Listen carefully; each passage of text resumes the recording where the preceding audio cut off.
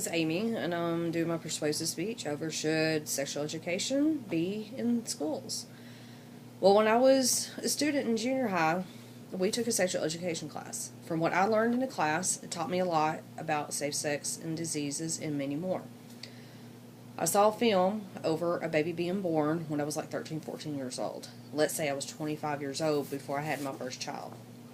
I believe teenagers need to be taught about sexual education in schools. Today, they only teach abstinence-only sex education.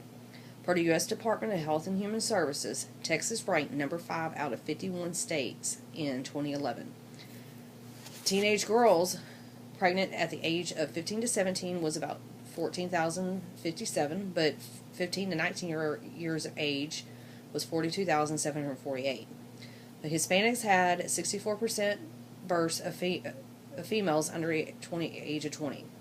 Non-Hispanic whites were second with 21%, and followed by non-Hispanic blacks at 14%. If students are well educated on sex as of now and in the future can help reduce the number of teenage pregnancy and any outbreak of diseases. Students need to be educated about sexually transmitted diseases. Some are curable, some are not. The most reported sexually transmitted disease reported in the United States is chlamydia. This is a curable disease and can spread from one person to another. But most people don't know they have it because it can remain dormant. Young adults under the age of 25 are at most risk. If left untreated, this disease can cause problems for the woman to get pregnant later in life, and if the woman is pregnant and has the disease, it can be transmitted over to the child. If you are sexually active, yearly checkups are suggested. Another sexually transmitted disease is genital herpes. There is no cure for this, but there is medication that can reduce symptoms and lessen the spread of herpes to your sex partner. Even if you have no symptoms but do have herpes, the disease, it can still spread. Last example of an STD is gonorrhea. This is a curable disease with the correct medication. Sexually active women under the age of 25 who have multiple partners should be tested every year. Sexual education can educate the student about early pregnancy and the different myths. My favorite is, you can't get pregnant the first time. There are myths that teenagers say to each other and also peer pressure they endure. Here are a few myths, but as you know, in any sexual position you are in, your chances of getting pregnant are high. All it takes is one sperm to make contact with the egg. Then bam, you're pregnant. Well, here's a few myths. They say you can't get pregnant by keeping your fingers or legs crossed. You can't get pregnant the first time. You cannot get pregnant if you do jumping jacks after sex. And then one peer pressure saying is, if you love me, you will have sex with me. I believe schools should teach students about human sexuality, anatomy, and biology of the reproductive system, which can be taught in PE, health class, or a biology class, and this should be considered a curriculum.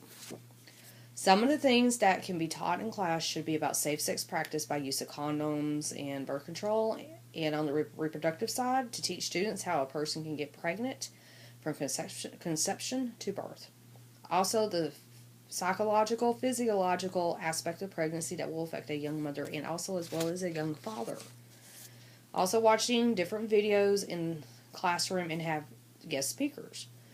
In my class, we watched the birth of a baby and it had speakers who were HIV positive, had full-blown AIDS, and it scared me a little, but I'm glad I was in a sexual education class. I learned a lot.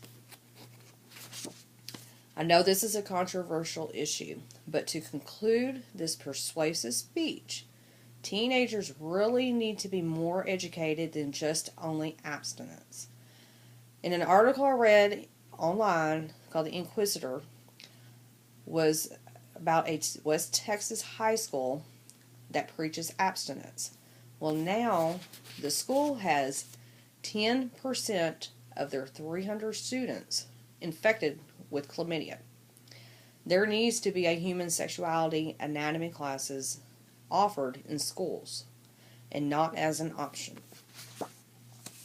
With the use of birth control and proper sexual education can help teenagers understand why it's better to wait to have sex or children and not being told by a book handed to you to read about abstinence. I'm glad I waited to have my child later in life, and I'm glad I took a sexual education class. Thank you.